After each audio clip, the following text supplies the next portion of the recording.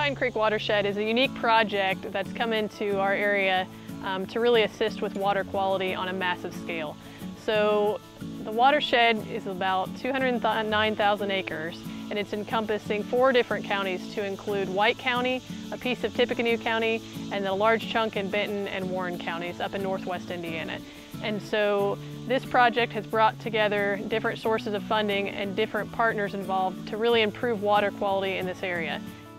The Watershed project really started and was initiated by the Nature Conservancy back in 2007. And so they were looking to do some projects somewhere along the Wabash to really improve water quality upstream.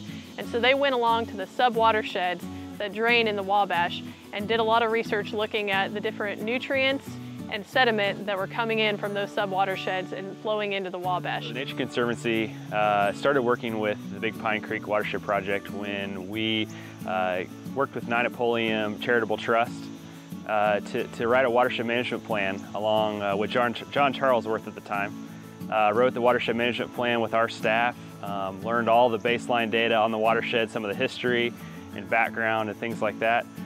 From there, we developed more partnerships, strengthened our partnership with the SWCD, and then working our way to find other partners, including ag retailers and other partners in the watershed, to do more work and learn innovative ways to put conservation on the ground.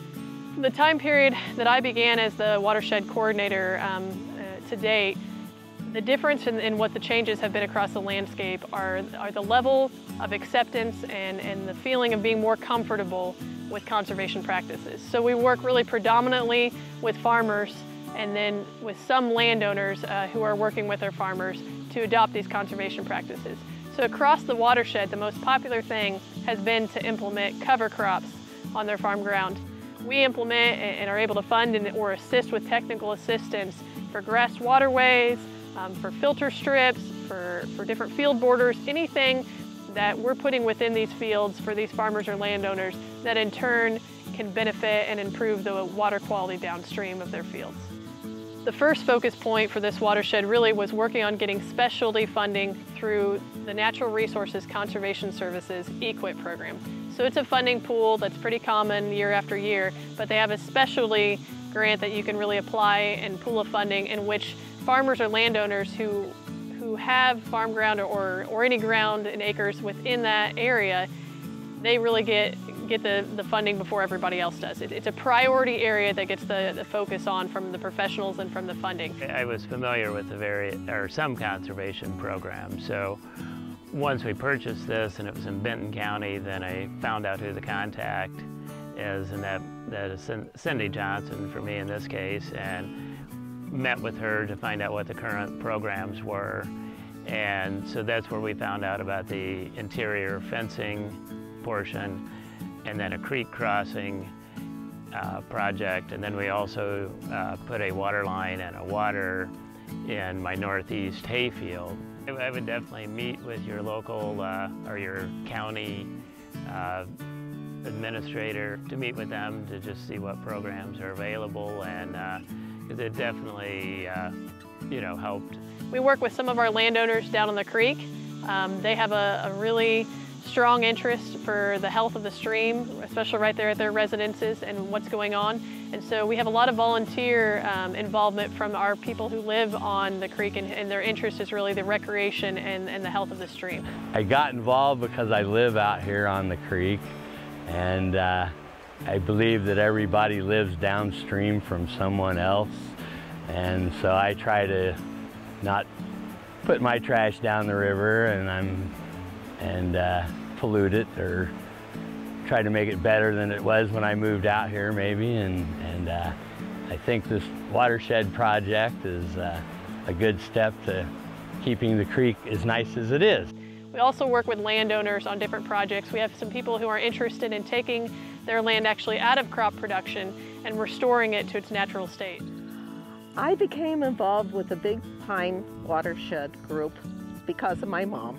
And she told me that there was to be a meeting, and it was the first one. I went, and I was really impressed. I was so glad that there was something in our area I thought was new and exciting. The program has been not only helpful to me, but also our tenant farmer, because he really had never considered cover crops. And the cover crop program was so impressive to me, and that encouraged him to then use cover crops. There's so many things that we can do to restore this land to the edge of the prairie. This was the edge of the prairie. The prairie existed. It was a garden area from western Indiana all the way across Illinois, Iowa, to the Great Plains. And of course, the Great Plains is not the prairie. The prairie is filled with flowers and pollinators and just incredible beauty. And that's what we're trying to restore here. Some of this area will eventually be planted to more of the prairie grasses and forbs, which were here before. This area has natural springs, so there's a water source. This will be wonderful for prairie restoration. The Big Pine Creek Field Day that we had at the Clark Family Farms was important for us to put on. We'd worked on it for really a couple years to discuss what we wanted to have behind that. And so we made it a massive event, because to us, one of the hardest things is to work with farmers and landowners and really teaching them on the ground, the soil, the plants right here, this is how you do it. It takes a lot to figure out adopting these conservation practices and really getting them to work. There's so much behind it, between the weather and your soils on this end of the watershed versus the other end of the watershed. And so our whole purpose with this watershed was to bring in farmers who might even just be a little bit curious, and landowners, and show them this is how you do it. I grew up here in Indiana and grew up near Sugar Creek and Wildcat Creek, which are east of here. Until I started with this project and with Nature Conservancy, I didn't know Big Pine existed. And one thing that I've found is it's really a beautiful stream, and it rivals any other stream in the state, in the Midwest at that. It's really in a unique area.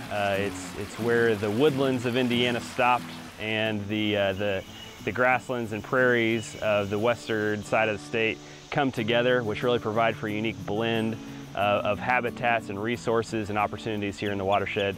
I'm really excited to continue work with the local partners here and to continue developing innovative solutions to conserve the resources that this creek provides. One great thing over the last year is we've seen an uptick in bald eagles in this area, which shows a lot about the health of the stream, as well as draws people here to see the stream. This creek has been used for a long time for recreation by diehard canoeists and other paddlers, but it's starting to really warrant more attention from others as well, fishermen and folks like that. I think this project has really grown the base of people that understand what kind of a great resource this is.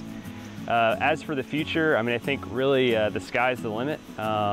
There's lots of progress to be made on the agricultural front as well as with other stakeholders, including some of the municipalities in the watershed.